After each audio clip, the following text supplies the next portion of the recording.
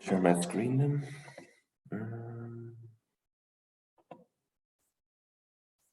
Share the whole screen. No. All right. Welcome everybody. Today is the first lesson where we're doing React. Just before we begin, we gave you guys some reading materials about React. I don't know if it's for people who don't know it, do you have some sort of a picture of what it is inside of your head? Did everybody kind of grasp what the documentation was about and have the idea what React is? So I don't know if somebody wants to give it a go and kind of explain what they understood about it.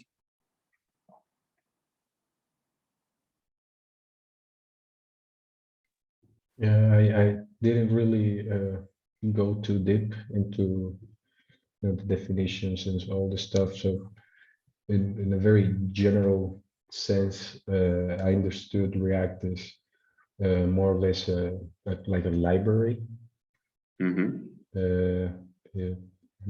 built on on top of just the regular JavaScript that we already know. And something that I found very interesting is the JSX, which is this, it looks like this mix of JavaScript and HTML, which is also connected to the notion of component design. So there is this, piece of HTML, which also has a functionality. So let's say React brings those two things together, the HTML part and the JavaScript, and makes them somehow, produce those parts of a website called components. So yeah, the main thing React wants to do, wants to solve for you is, let's say back in the old days of web development, when we only had HTML and CSS and just the basic JavaScript, it was very hard to create reusable stuff. You had CSS strategies, so you could have a very consistent UI, but what libraries and also other UI frameworks try to solve for you is that you can take, like for example, a page here and identify small pieces in it, like the things here with a red box around it, and define a component for them so you can reuse them. So for example, here we have, maybe you can call this some sort of homepage card, or I don't know what, and you can see that they're reused here. So instead of recreating the same HTML over and over again, React will allow you to define reusable bits that you can reuse throughout your entire application. It will allow you to think about your application in a different way, because you can reuse all these things, and you can also make them very custom, so they behave in different ways. That's where the power of the JavaScript really comes in. It's not that it always needs to be, because you see here it's different text, it's a different image. Maybe you can change some other things about it. So you can give a number of, just like with a function, because in the end it's going to be all functions, all your components are functions, and just as with functions in JavaScript and React, you can give them some parameters and they will behave a little bit differently. The JSX part is indeed very important. For the most, JSX is sort of it's HTML and JavaScript.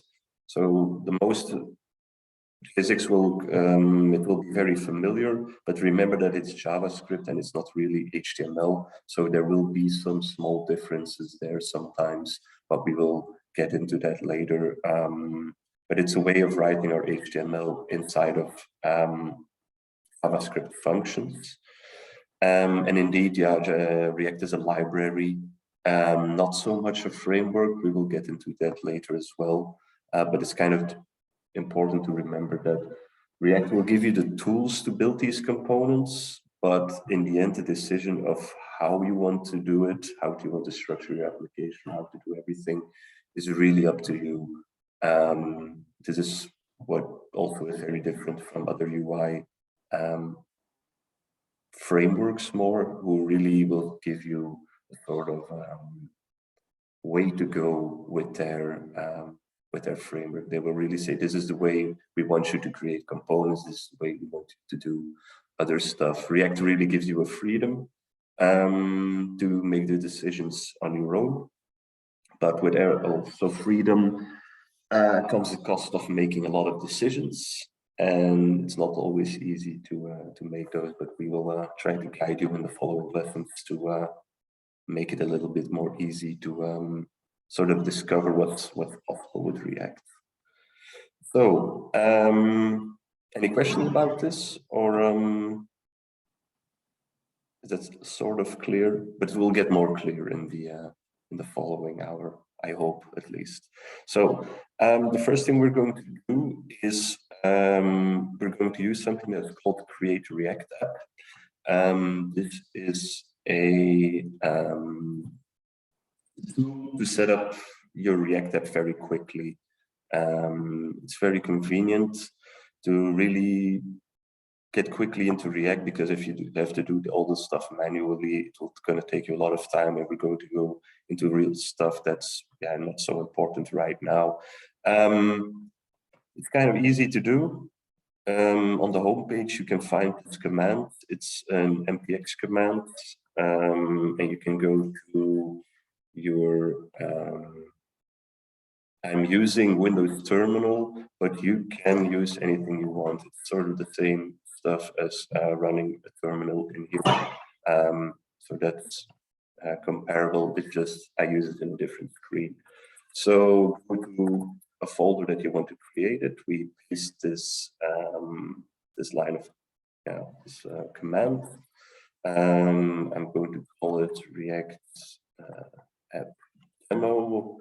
And it's going to create an application for us. It's going to ask, is it okay if I install the next packages? That's okay. And it's going to do this thing. And it's going to tell me that we created a new React app. And it's installing some of the dependencies there. So it's really easy to set up. We're going to let it run for a little while. It's not going to take very long. Depends, I hope at least. And then we're going to see what it created for us. And then maybe it's already a good idea for everybody to open their own terminals. It doesn't matter what your preference is. If you like to use the terminal in IDE, or like me, you have kind of your own terminal in place, whatever your preference is. I would say go to this website or just Google Create React App. Copy this command here. The last piece of the command where it says my app is the name of your application, but don't worry, you can change it later. So let's just kind of repeat what I did. Go to a folder where you want to create your application, paste the command and just hit enter. Say that it's okay to proceed and let it run for a little while.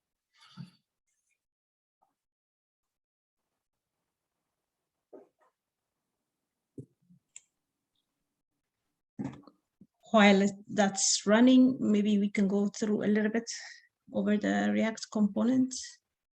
Yeah, sure. The React components.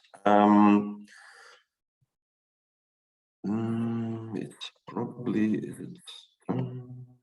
maybe I can already open the folder.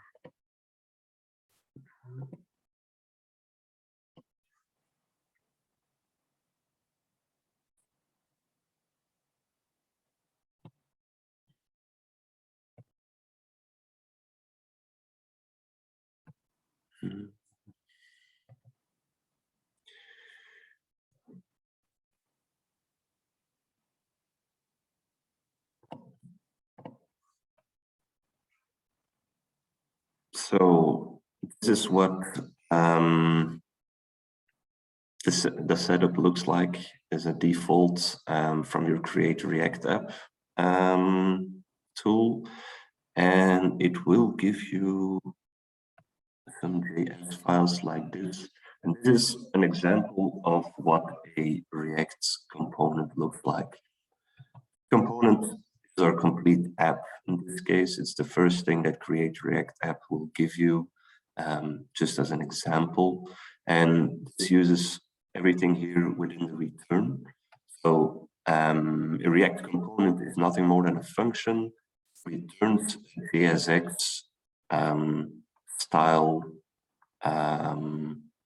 component, let's say, or an element. The thing returns div with a header, an image, a key tag, a link, and so all stuff that you know. And this is also where we can start editing this if you want. Your IDE will also kind of already know some of the default stuff that you want. So it will know like a name tag or a div or a span, anything you can add here. It's just the same as HTML. Instead, now we're doing it in a JavaScript file and not like we're used to in an HTML file like we have here. So we'll see. I'm going to clean up a little bit of the comments that are in here to make this more clear what is going on here. We don't need a lot of this stuff, and for now it's kind of in the way. So we still need an HTML file. You can see here we have one div with an ID of a root that is in our HTML file, and all the rest is here. It's kind of meta text. It's here a warning if you don't have JavaScript enabled that will show. But in the body, there's nothing more than the div tag. And this div tag is the root in which React will render your application. There's another important JavaScript file that will link your components to this HTML file. In the end, everything you will define and all of your components will in the end get React rendered here. Yeah, how React does this is maybe a little much to go into for right now. Just remember that this div is in the end linked to your application. So if we see our index.js file, this is the entry file of your application. You can see here that the React DOM is going to find the root element and it's going to render the application inside of it. So it's going to take the root element here and it's going to render the application, and it's going to say you can use this app to render inside of that. So when we're going to run this, you will see this will be rendered inside of this div right here. So this is what React does. It will create HTML on the fly for you. So you don't have one huge HTML file where everything is already there in the beginning. It will constantly change your HTML on your page to what you want it to be. So it's very interactive. So this root tag, this will always exist because this is statically defined, but everything that's inside of it will be decided by what's going on in these JavaScript components. So that's the basic setup to create a React app. For now, I'm going to remove some files that we don't need, and we're just going to sort of clutter this whole thing. Has everybody for now succeeded in creating its own Create React app application? Or is somebody stuck with something?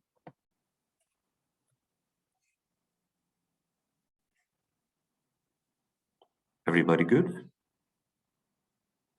Because this is very important. If something is not working right now, let us know. You can also let us know during the break or something, and then we can help you out. But it's important that this works for you because you will be making the exercises with Create React setup as well. quickly, before we continue with this, I want to kind of point out a little small things in Visual Studio Code are very good defaults to have. One of them, and it depends I think it depends what the default is, if you have Windows or Linux or Mac. You want this end of line sequence, you want it always to be on LF. How you can change this, I will quickly show you. It's if you go to Preferences and then Settings, and you can search for OL, which means end of line, and then you will get this drop-down box, and make sure that it's you have selected \n.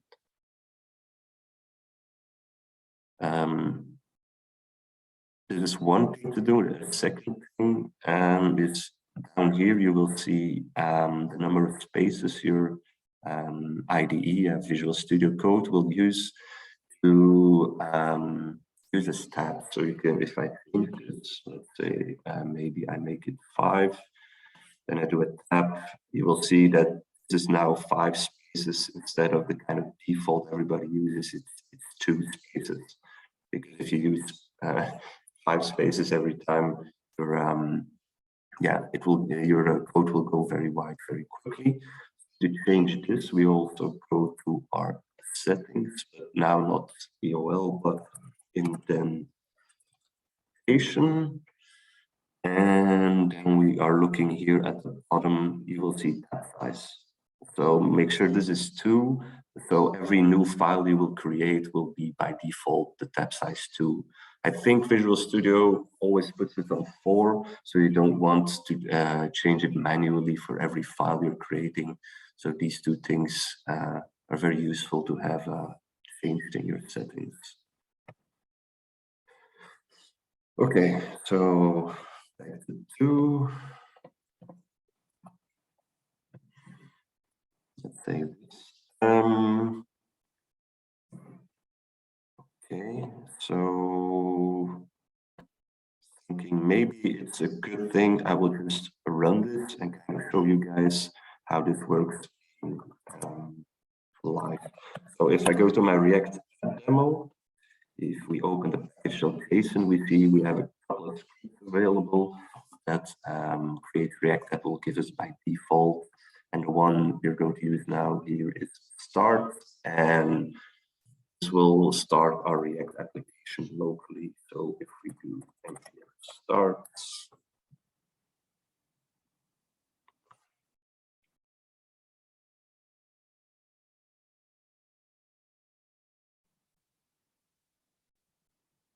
it's going to start the development server, and it's just going to start.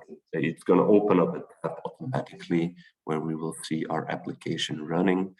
And I'm going to show you guys what is going on in the background here.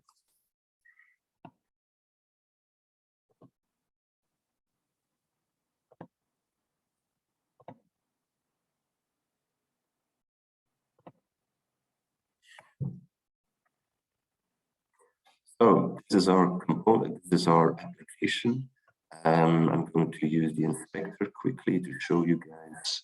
So we see here we have our root div, and our class is now rendered within this div.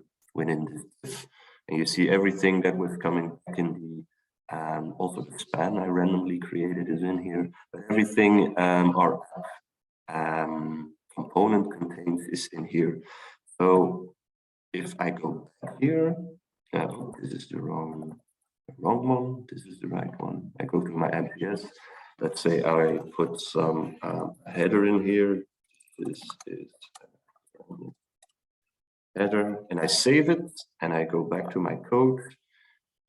We see immediately that our application is refreshed, and we see this header now on top. This is what Create React app is and what kind of React is. So we have our static HTML. We link it to our React components with React DOM, and then we can create all of our components. And app will be here. This will be our top component because React will typically work in sort of a top-down structure, that this is the top app, and sort of everything that goes on beneath there is defined in here, and it goes down and down and down. So this is very basically the start of a Create React app application. You guys, you can play with this at home, and we will continue on this video as well. So maybe the first thing to do, and to make the sort of components thing more clear, is let's do an exercise with this. We have our portfolio card here, and I will run that project, and we will see, we will create some components and try to make it clear to you guys how they work together. So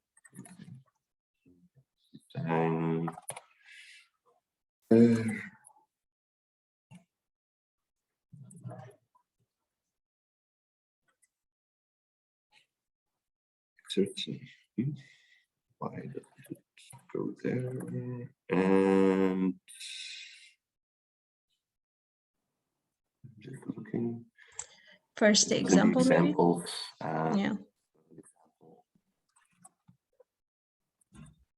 Yeah. The portfolio card, yeah. So let's clear this and check what we have here. I need to be in the React folder. It's not working so great today. And we see we already have here a package.json. I'm going to open this in my IDE as well. It's hack your future component, examples, portfolio card. It's some clicks away, but we can see our package JSON here, and then we already have some React app stuff here. So normally we should be able to install this and then start this example as well.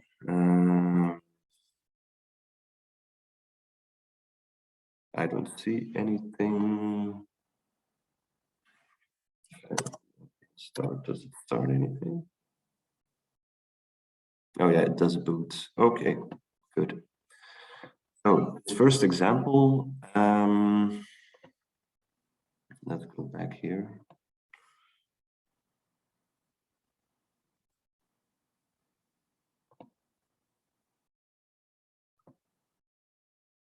React. Maybe you can open the example, the HTML on your. Yeah, so we're going to convert this into a React component, right? Okay. So what we have here is an HTML file.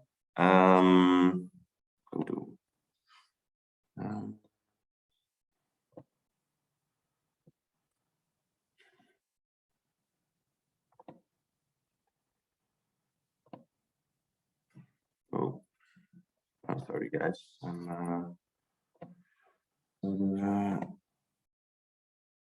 Reveal a file explorer. Yes.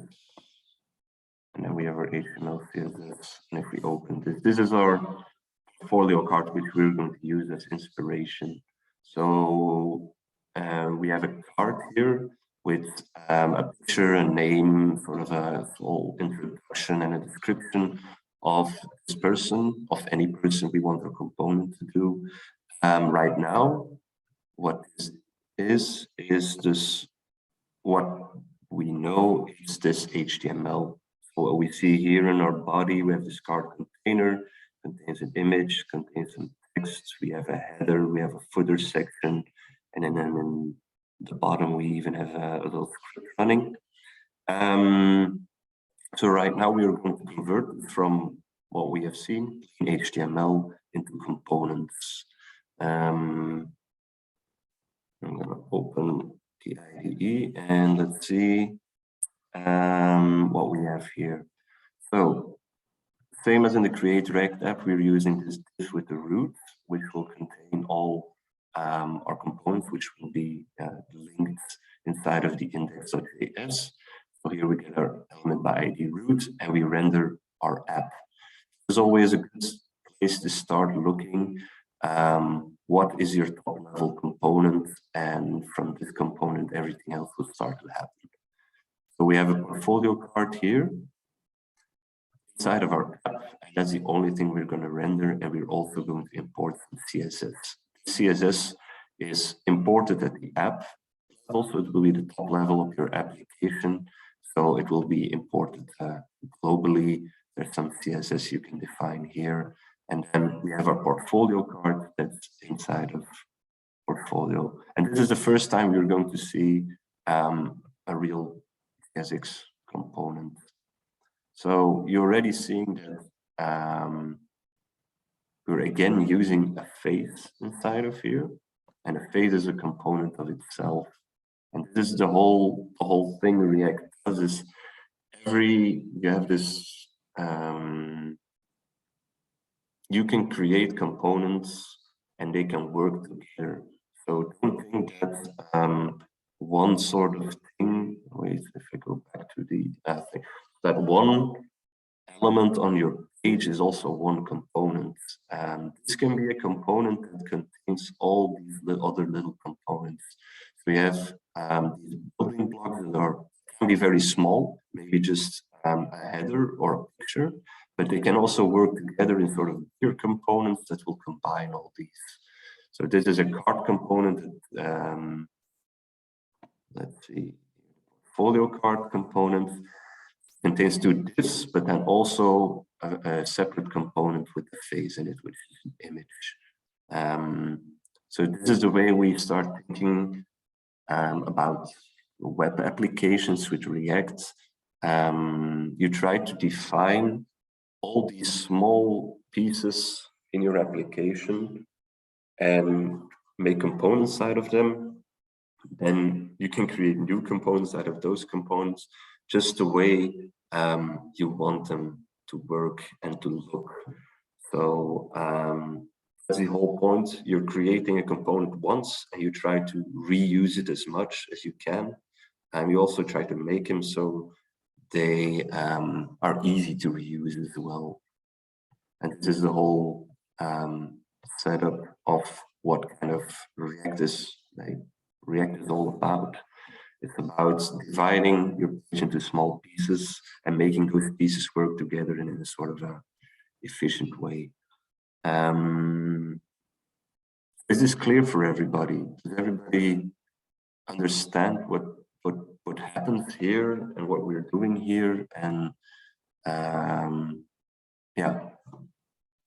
I have a question. Is each component supposed to go on a different file? So let's say the face JSX, and then I don't know, maybe I can create something called text or body .jsx, and then I'm supposed to like link those files into the app, or can I create the components just inside one app file?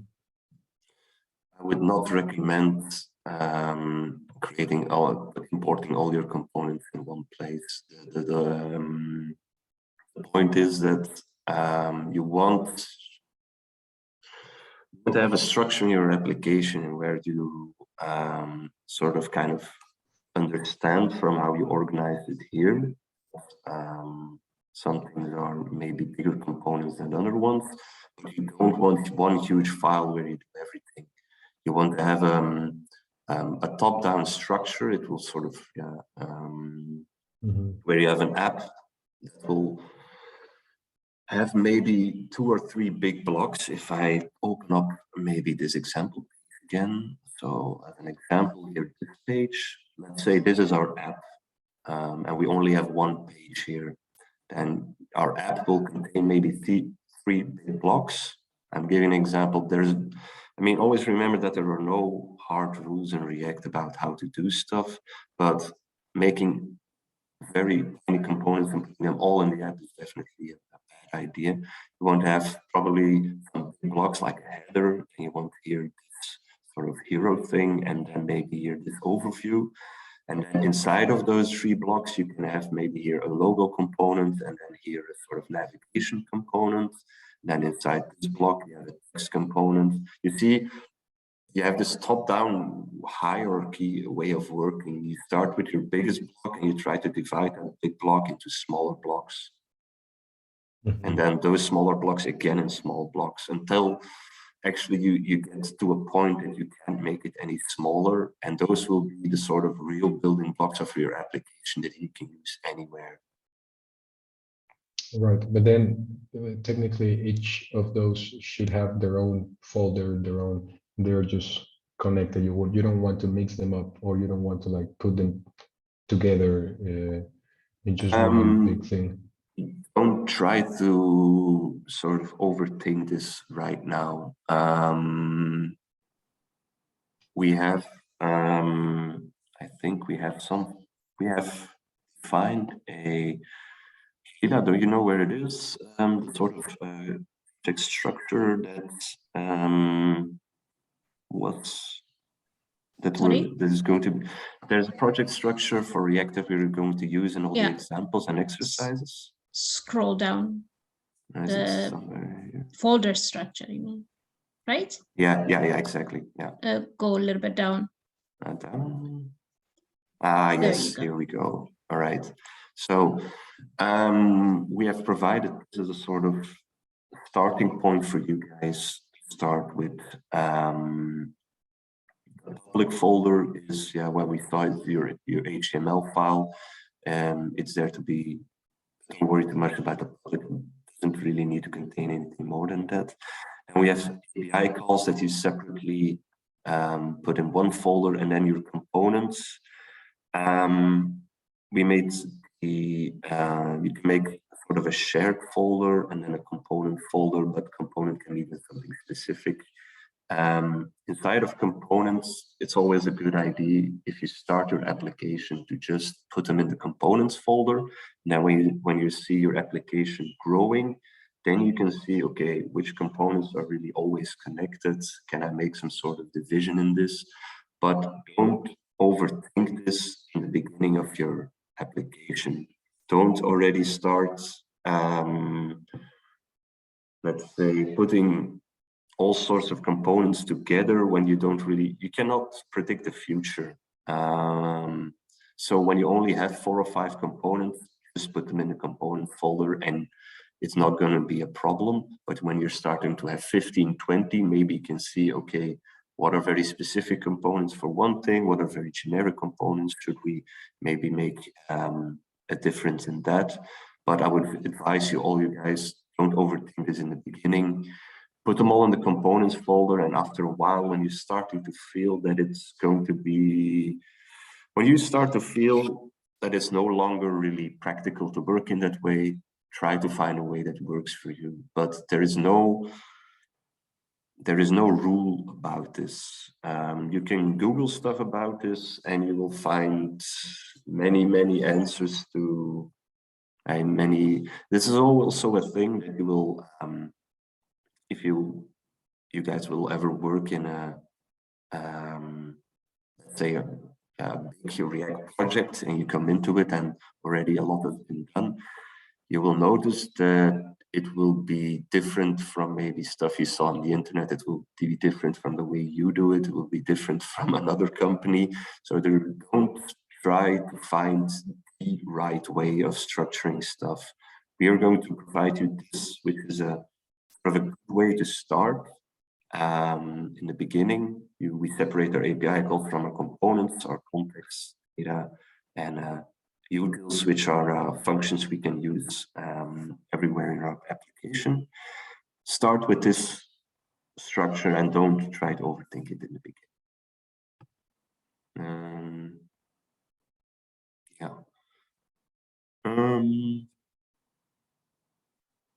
Okay. Then we have an exercise here as well about this. Okay, let's do an exercise with this and try to split up something into a component ourselves. Then we will really see how it goes. Sander, Yeah. The example which we have right now has some, we can create some components for it since it's running also, it's easier to use. There are some components left in there, so we can create that one and they can I will check it already there. Yeah. Okay. Oh, that's the wrong port. That's again the wrong port. Okay, yeah, exactly. So do I have the other one open? No. So if I go to the original one to have some inspiration of what we are trying to create, I will maybe put it separately, and we can see what we're doing here. So for now, we have the start of our card. We have our backgrounds and some CSS that's making the borders smooth, and we have our picture. Next step, we could use this. You see, let's analyze what is this. If this wants to cooperate. So it's a P tag, and this is actually a title. Okay.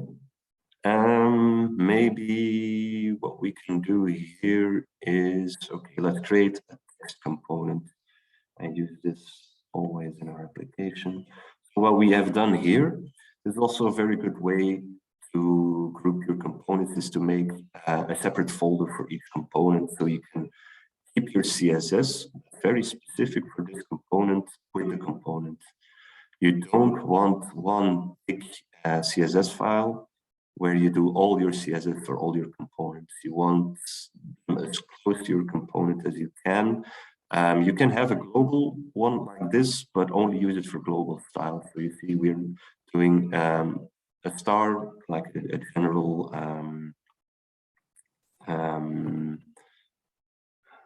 I can't come on the name, but this is sort of a general one, and here one for the body selector, and this is one for the body. So this is general fonts, also general styles, and also where you can load in your fonts. Styles specific to your components, keep them as close to your components as you can. So let's create a new folder and call it text, and we create text .jsx.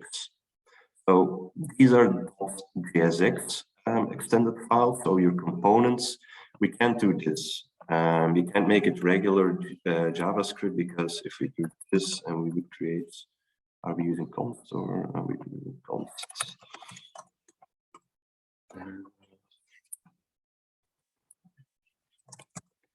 If I would go and do this, it will not work because it cannot identify the JSX stuff. So you need to use the extension JSX when you're using JSX in your files.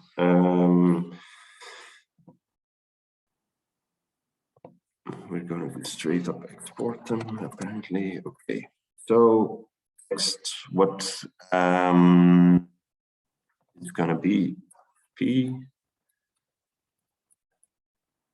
and it's going to take okay, now I'm thinking, you can check the HTML file. Yeah, but I'm thinking now, can I explain No children already? No. Yeah, I can't use any props. Yeah, okay.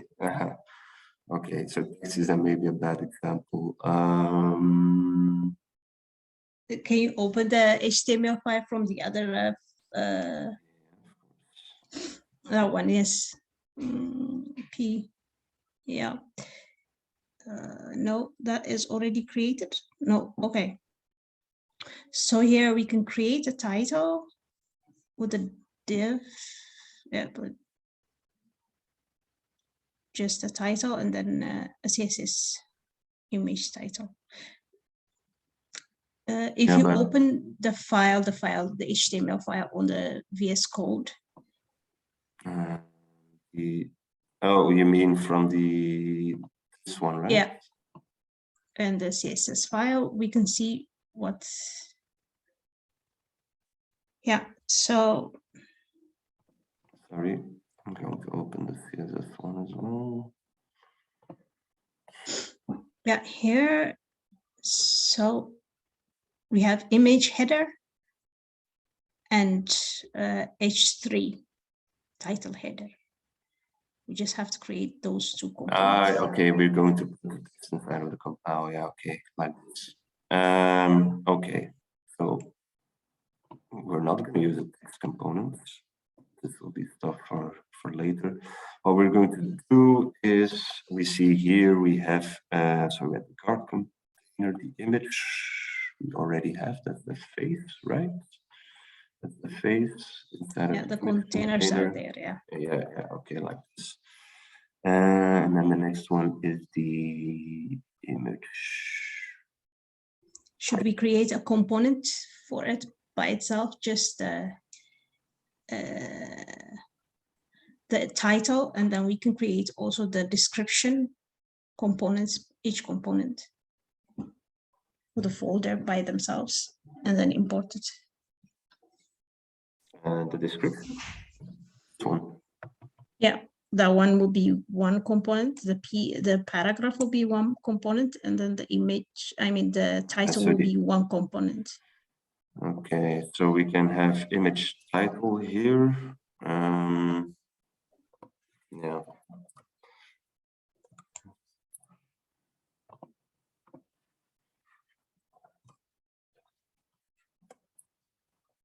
And then we can actually just use this and then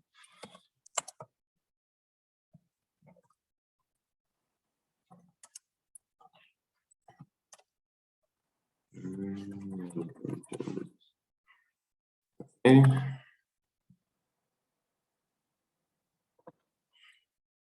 So we have created now an image title component. It needs still some CSS because we're using a class here. Now, first difference between regular HTML and JSX is that I need to use class name here, and I can't use class. It's one of the little differences that I was talking about. One of them. So for most of the time, it will be kind of the same as HTML, but this is then already one example of it. You will see it here again. They're using class name because class is not recognized in JSX. So if we create also some styles for this one, and we can use the styles that are provided here in the image title. Image title class is in here. So we can use this and like that. And then, oh yeah, of course, I have to also import them.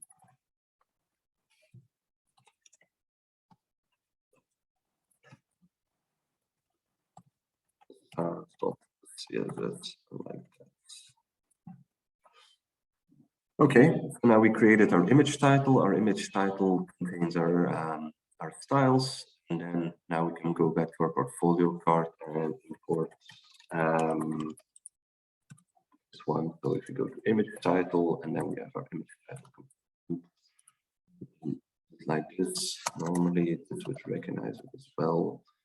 All right, and then you have image title. If you put it here, then we have our new building block here. And then if you go and check this and this, there you go.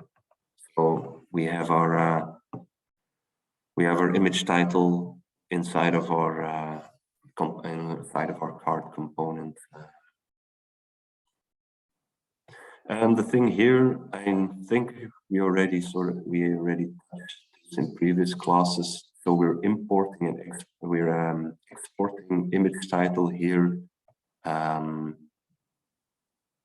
with the export keyword, which will be an object that we can destructure here in our imports.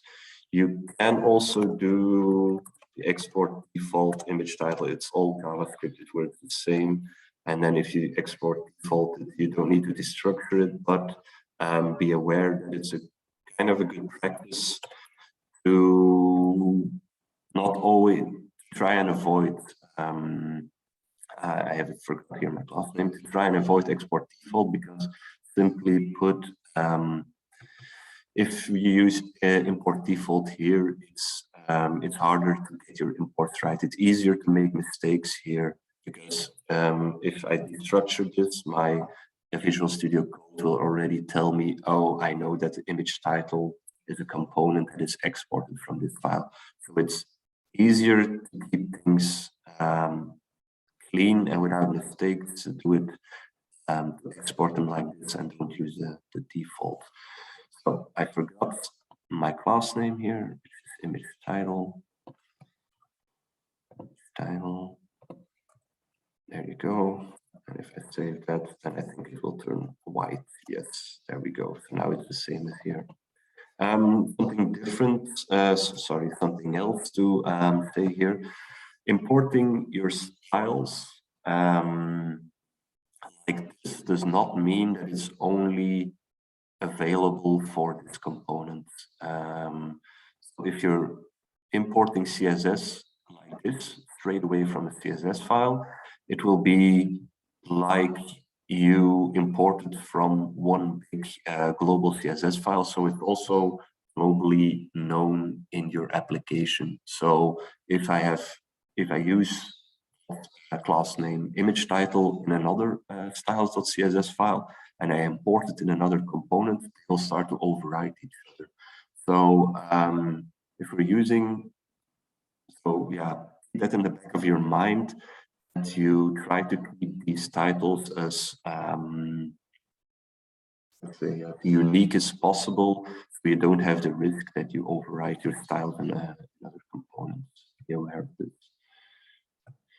Okay, we can continue now. The next thing we have here is our image header that we can create.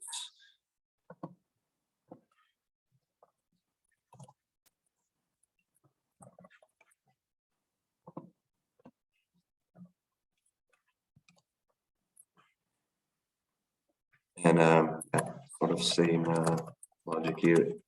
I have a question. Yeah. Question, can I see? What is the advantage to import the CSS for every one of these components instead of just linking it to the index HTML? It's a very good practice just for maintenance. So let's say in the future, you're going to change your home page and you want to delete some components. Now, if you structure your application like this, you say, oh, we don't need image header and image title anymore. You delete these two folders and also your CSS is gone. But if you place them in one global CSS file, you have to manually search, oh, which class names are used? Oh, but are there dependencies on this class names and other CSS selectors? You don't know. So you don't, and then you get into the situation that nobody dares to touch your global CSS file anymore. And it becomes one big jungle of CSS, and you keep all this CSS lying around, and the only thing that will cause is more errors for you in the future. So if you keep them as close to your component as possible, it gives you, let's say, a good rule to remember is also, the easier it is to delete something, the better it is structured. Sort of, do you get where I'm going with this? It's easier to maintain, and also if somebody that doesn't know your application comes into your application and they get some sort of a bug ticket and they try to check the code and they say, okay, I have an image title component here, and they see, oh, my styles are immediately here. You don't have to go searching for, oh, where is the global CSS defined? What is the class name? They don't lose any time seeing which styles are connected to this component. So that's also a good reason why you try to keep stuff that is related to each other as close to each other as possible. I think that's also a good thing to remember. just for convenience, and it makes it easier to delete, it makes it easier to maintain, and also easier to understand your application. Okay, thank you. Yeah, no problem. All the CSS files now, they all have the same name, styles CSS. Also for each component, would it be a good idea to give them unique names? Yeah, probably yes. You can do it as kind of what you want, but I think it's not a bad idea to probably just, you can do something like this, or And styles they, CSS, or just like this.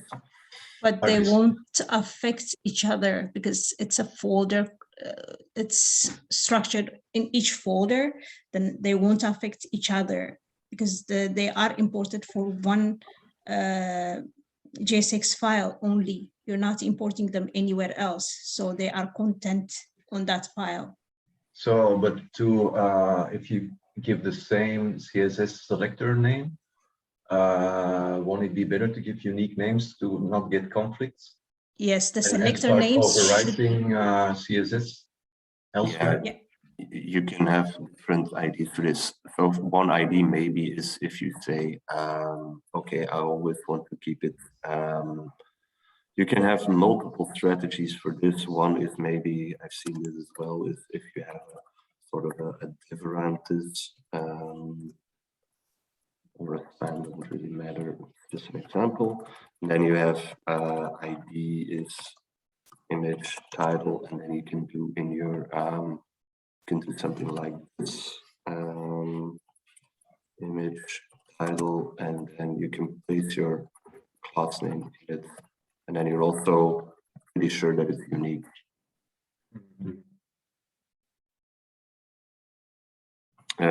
Yeah, but these are all, I mean, there are a lot of ways to do this. I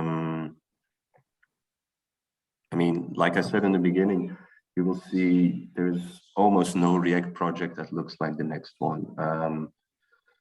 It's always a sort of a journey. You start in a certain way, and later on you start to experiment with stuff. You find out new things. You get your application changes functionally, all this kind of stuff, and you will change these things around a lot. But so there's no golden rule in this, but there are, I mean, things to keep in the back of your mind. Stuff that I said before to IFE as well. If you try to keep those principles in the back of your mind and try to develop your application accordingly, you will be fine in the end. And always try to think about it regularly. After you created a couple of components, try to just take a step back, take a look at your components. Can I maybe move them around a little bit? So yeah, and how you want to do this, it's, yeah, there are many ways to do it.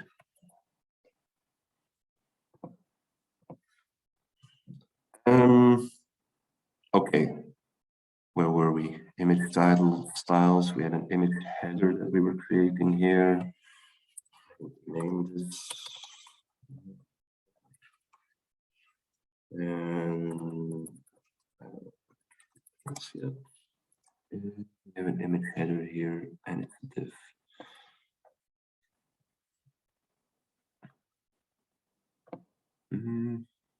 Yeah, sure. We have already created image header for it. I think it's already there. We already have that. Yeah, senior software development. Did we create that, or Senior was that software- only image title? No, we only had. Oh yeah. Yeah. Okay. Oh, wait, please. Image header. Yeah. Again, files.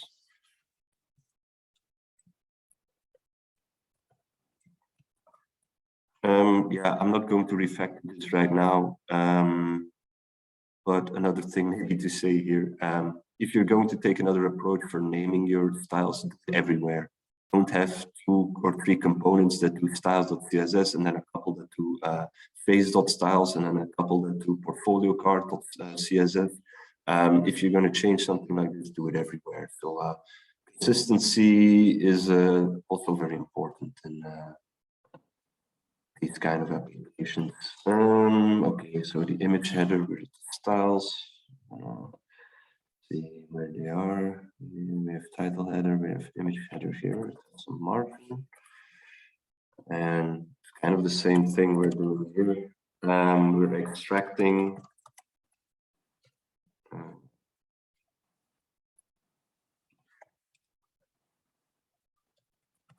we're all extracting all the little pieces and putting them in here.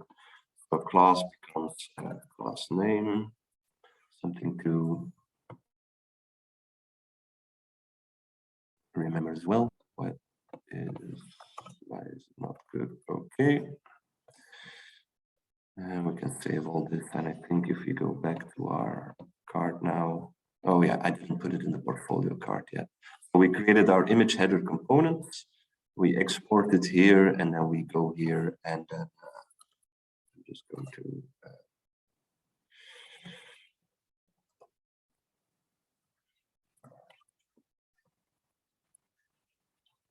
like that. We have our image header, and we can use it here again. But this time, I think image container is its own thing. Yeah. We have image header.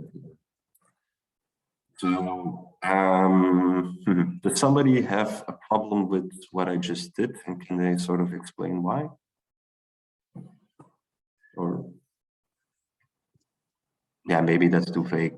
What I tried to say here is this is kind of this is not the best way to do this, because I talked about consistency 2 minutes ago, and now I'm doing something that kind of is breaking the consistency of this component. I have a portfolio card and I'm using it here to structure stuff with a class name, and now I am importing an image header, which is also a div, which is also another grouping. So ideally, I think you should place a div around here with image header and then split these things up again. So, but this again, this is an opinion, and this is perfectly fine. It will work technically, and it's doable. Kind of for consistency, that would maybe not be the best sort of thing to structure this. But if we go back now here, we see another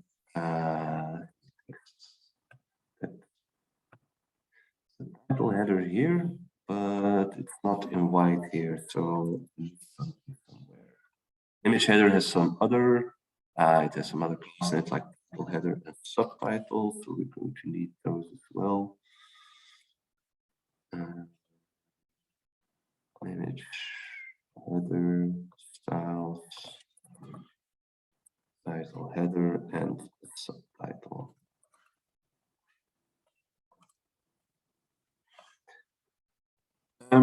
Again here, now we're seeing that we're combining of things in this one component already. So we could split this up again in a title header and in a subtitle component even further. That's gonna be, yeah, that's the choice we can make if we want to do that. For example, if we were going to use some more title headers in the future, then we could extract this into a different component and then use title header here, and then we can use title header somewhere else as well. So you can really keep on going, extracting stuff out of it, and make it in smaller and smaller pieces.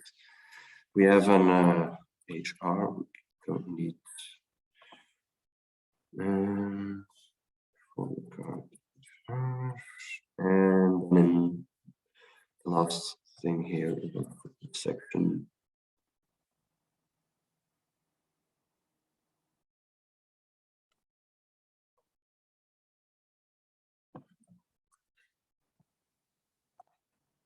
And we can create a component for this as well.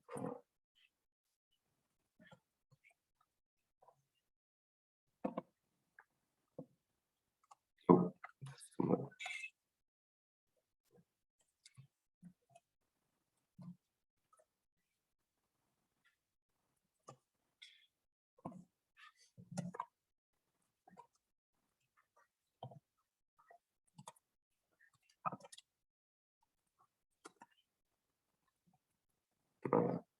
This would be more handy.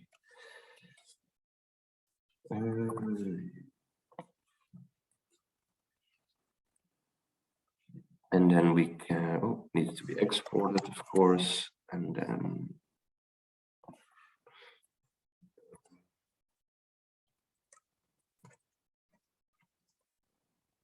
for this section.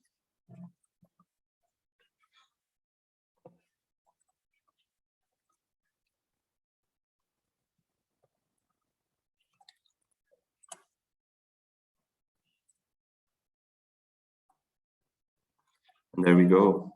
Our footer section is also there. So is everybody on board with this concept of components? I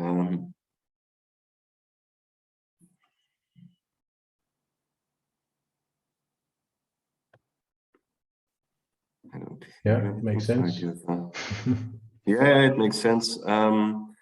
Yeah, there's. Oh, I do have a question, and maybe, of course, maybe I'm getting ahead of myself, but I see it the way you're doing it, and in this way, it is pretty logical. But then I'm wondering, like, how messy can that get if you're feeding data to your components? Oh yeah, but that's something we will definitely go into a lot of detail in later on. Are we studying that part at some point? Yeah, Yes. absolutely. Yeah, okay. After the exercises. Yeah, yeah, but I think now we have. Should we go into the rendering data exercise as well? Let's go breakout rooms and do 1 or 2 exercises, and when we come back we can do rendering data, and then they can continue with the exercises after the break. Okay. Yeah. All right. Okay, let me pause. Then we can screen go. Right. Excuse me. The second part of today's course is going to be about rendering data. Functional React components. We saw this in the first part. So what we mean with functional React components is we write components as a function, and that's what we did when we were doing the exercises and the examples with static pages. There is an old school way of doing React components like a class, but just know that functional React components is the modern way of doing it. And I don't think there's any new React project that's starting it, still doing it the old way. So components as a function, we saw this, how this works, and how to render some static data we saw as well. And I think some people already were wondering, like, I've been kind of talking the whole time about reusability of components, about creating it once and then using it over and over. But in the first examples, we saw that we're kind of taking data and then just wrapping it around a component, but it's not really generic to use. Now we're going to see something that's called component props, and this is going to help us with creating the same reusable components that can live in different environments. First example I gave was this here, web page. We saw in the examples of the first part now how we can from an HTML page and use the same sort of code and use it as a React component. What we did in the first example, we thought a way of taking, we didn't see the way of doing this. We can create one component and using different text, using different images, still using the same component. If we did this in the first part, we would have to make a designs component, a features component, and a support component, and then all putting them in a general sort of component as well. There is a better way of doing this in React, and it's with props. And I think, wait, what page did I was here? I'm just going to the React docs and then see what they say about props here. This is always a good site to get your React documentation. It's the official one, react.org. You can find all kinds of stuff. And the main concept that we want to talk about here is props. And as you can see, is props another word for the parameters of the function. So your component is a function, and just the same as with a JavaScript function, yeah, because it is a JavaScript function, it can take parameters to work with. So this is what is going to make your React very powerful. Like in this example, we have a welcome component, and you can give a name. So props is an object, and you use it as an object within your component. So here you can say hello, whatever your name is that you give as a parameter to your component. So for an example, let's not say it's welcome, I don't know which, but imagine this is a button. I can maybe show this in code real quickly as well. I had a React demo thing here, right? Great. So if I components, for example, I'm going to create a button and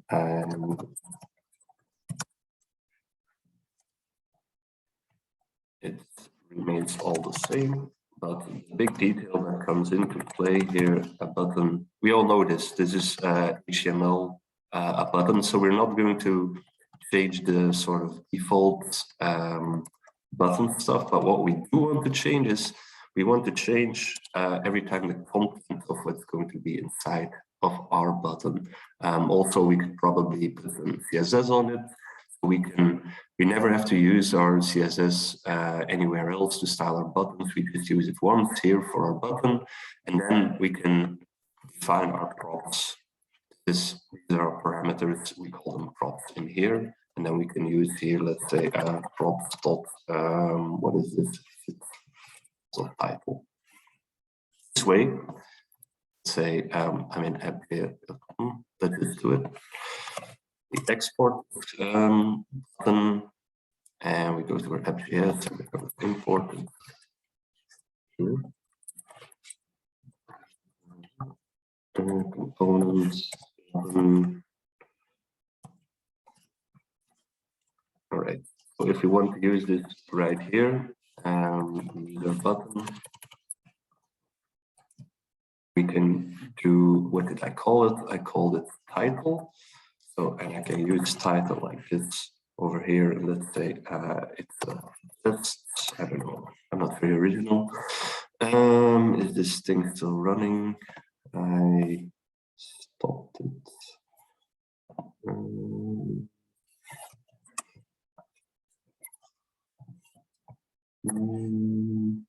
Still one more.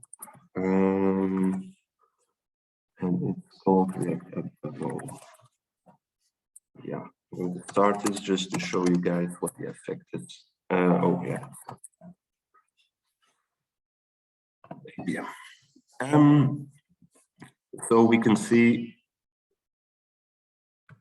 this is a way that we're going to use props. We are going to press down, and this is also the way that we can make multiple buttons now. So we have one here, but we can make another one here. It has a different title, another button. But we don't have to change our base component This is the way that we create. If we translate this to, let's say, the example we saw here, we can create one, I don't know what we would call block component for all this. And you can see you can make this a title, you can make this a text prop, and you can make this an image prop. So with these 3 props, you can just use the same component 3 times and just change the props that come from the top.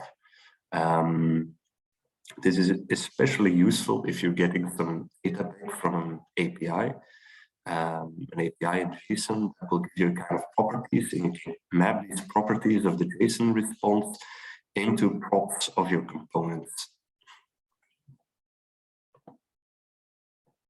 And we have an exercise to demonstrate this. Just gonna have to see where I put it. So rendering data. We have here a rendering data exercise.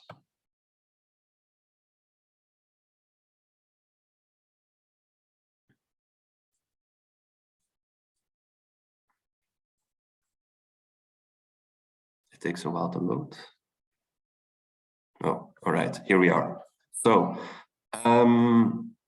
we are not going to use a real API yet. For now, we're going to use an example that says we're just going to use a const where we put an array of hobbies in, and we're going to go and create 2 functional components, hobby list and hobby.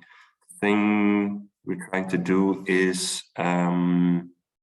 show you guys how props work, and we're going to do this with creating an app that lists all these hobbies in a list. So my button not very useful anymore. We can remove this. What we need is a hobby list and a hobby component. So new folder, hobby list, and another folder was a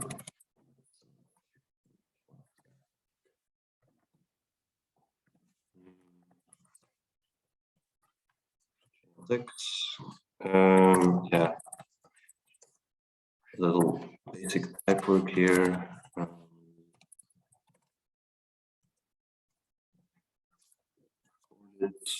And we're also going to create a hobby component.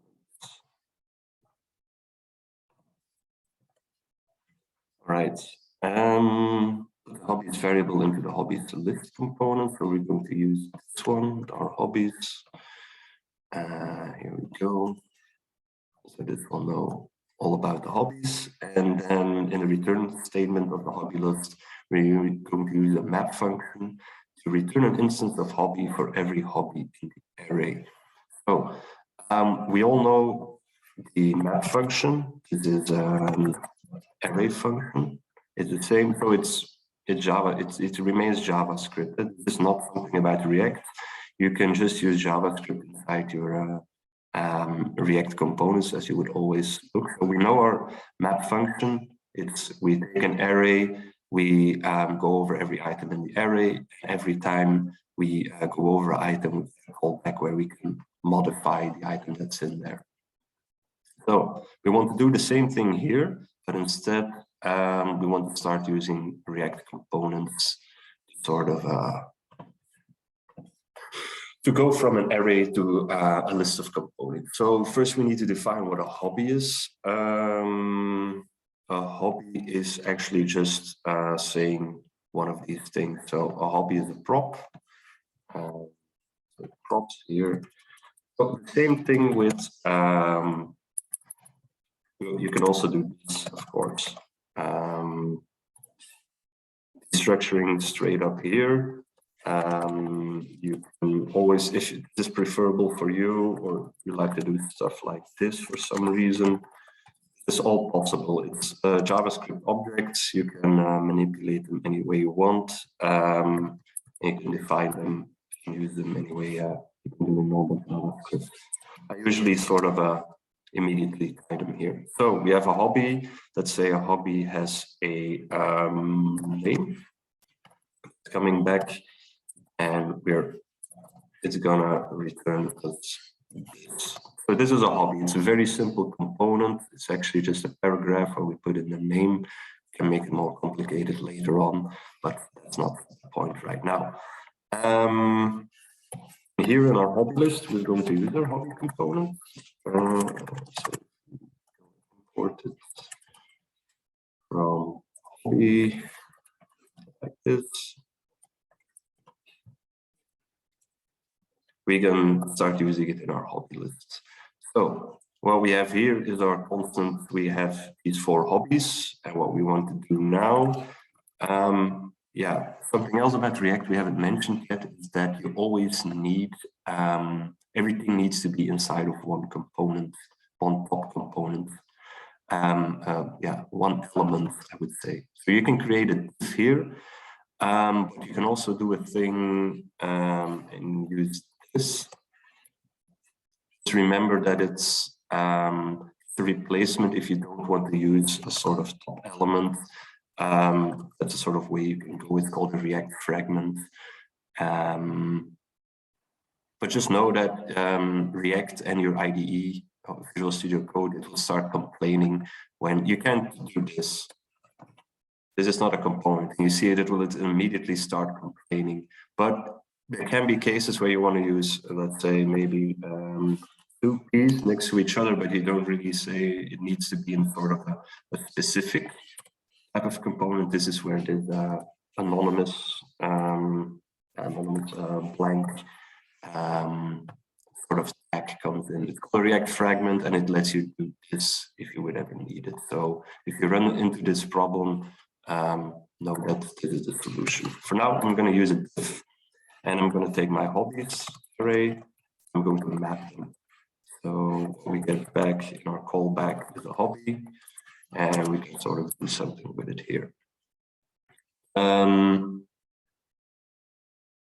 You can do it like this and in a hobby. And what was the prop I used? I call it name. So I can say name is equal to hobby.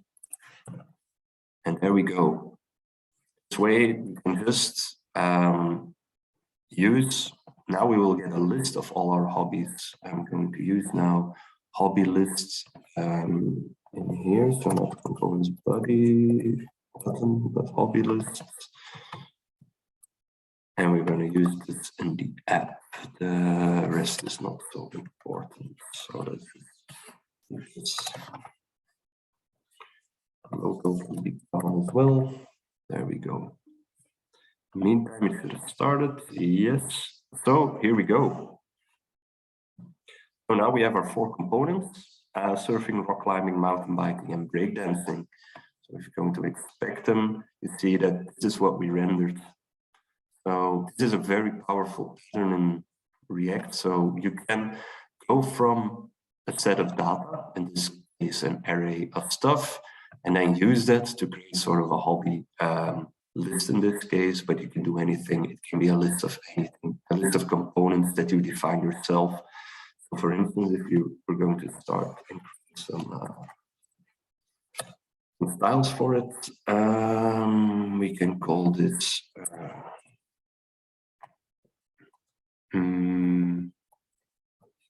maybe the div and put the name side of it, doesn't really matter, and we call this class name, let's say hobby.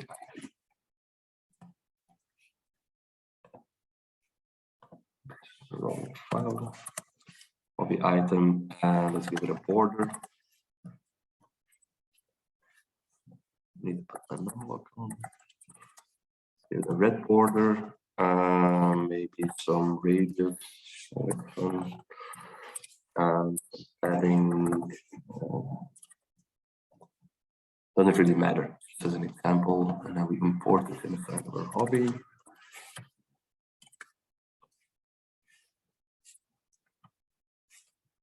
There we go. So now it should change. There we go. Now we have 4 blocks with a red border with our title inside of it.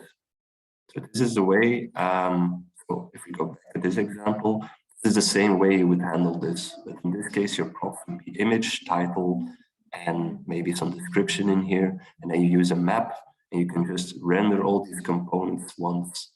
So this is a very powerful way to go from data, finding your component once, just knowing how it will look, sort of define your variables, which are your props, and then map them all out like this.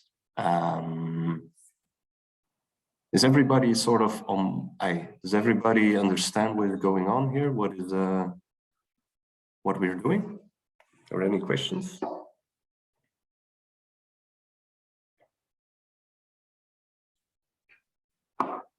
Yeah, I don't know the rest, but I can more or less understand like the general idea, but I need to probably write myself a couple of those before I actually feel like I get it, because it's like, yeah, a big leap ahead for me at least. Maybe I went too fast with it, I don't know. But the general, so in the first part today, we kind of wanted to let you guys sort of think in components first, so that you identify what is a component more functionally and not really technically, like what does it do, what can it do technically, but more dividing up your UI in a sort of blocks that you can reuse. And now we're giving you a sort of insight in how to make these blocks very powerful, to use one block and with small variations use them all over your application, because with this sort of with props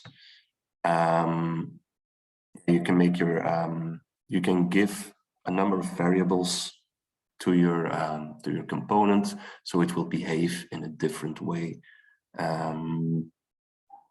So you maybe remember my first example, I was trying to make a text component. If I would, and I was sort of pausing and saying, oh yeah, maybe that's too soon to do now. If I would do it right now, it would be a lot easier. Now text would be a component O, like this, tag, and then we can use our props, our value.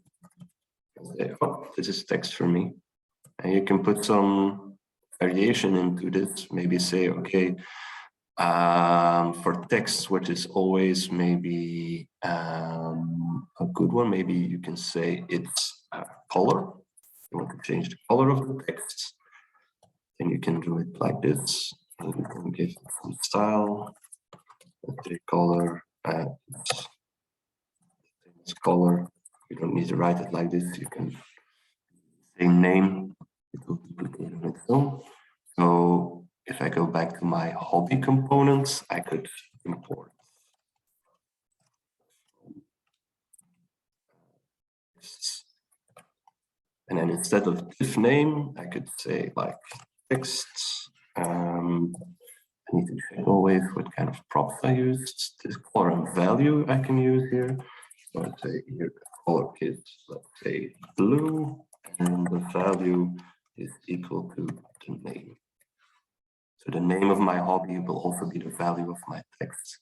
You see, this is, you can pass down these props again to your next component. So in this pattern, if you go back up, text is not yeah, of course. Else it doesn't know what I'm doing. I probably didn't export it. Yes. Okay. And now you see that we get some text here in blue with the values that we got from our array. So this way, with props, you can make very generic components. You can make a component for a button, give it a value, maybe some styling options you can do with text. You can maybe also say, okay, I want my user only to get certain font sizes. You can give them a choice in font sizes, and then you can use all these components within other components as well, just like I did here. So this is part of the way that props work. It's these are parameters of your components. Another very important thing here, if I go to my application, oh, I see a lot of errors. I should see one. Yeah, one is correct. This is a very common error in a React application. So each child in a list should have a unique key. What we mean by that is that every time you do something like this, they consider it a list. You need to provide some sort of a key for your component here. Now notice that the key is not a prop that you have to define in your hobby component. So you don't have to define key here. You just have to put it as an attribute alongside the other props and do something with it. In this case, we could take the index because we don't have an icon. We can just put it. The key should be a unique value, and because we have unique values here, we can just put hobby in there as well. You can put maybe the index of the map, but hobbies could also maybe be objects that have an ID. So it's always a good plan to use an ID of the value that you're mapping here. Make sure that it's unique, because in the background, React needs this key to know if it needs to re-render the page, and something changes. It needs to know how to couple your data to what is rendered in the UI. So the coupling of your data and the UI needs to be provided with a key. So when maybe something gets deleted or added to the list, then it knows what the current list looks like. So this is, yeah, sort of a side effect of React that you need to be aware of. Just know that if you see this error, like every child in a list should have a unique key prop, this is what they mean. You're mapping something somewhere, and every item needs to have a unique key here. And if you don't give it a unique key, you will get an error here. It will still render, but know that sometimes things can go wrong if you don't use it. So, oh, I didn't save it probably. So if I do this, no more errors. And let's check the exercise. So we did point 4, we used the return and we used the map function to return the hobbies. And we used it as a prop, and don't forget that key prop as well. And we used it in our app already as a hobby list. So yeah, any questions about this? And oh wait, I see something in the chat. Oh yeah, something. Oh yeah, it's a reference to in the docs, and it's gonna be explained here as well. If you want to know more about React, and like you guys are starting out, React docs is a good place to start learning about the basics, the main concepts here. I think this is a great read for everybody to sort of get to know the basic concepts of React. And did I forget anything else? Yeah, we did. We used the interpolation, just the map. I showed you guys how you can reuse stuff like with the text components. So yeah, are there any questions about this? I think, yeah, maybe I'm going a little bit too fast here, but I hope you guys sort of get the big picture here.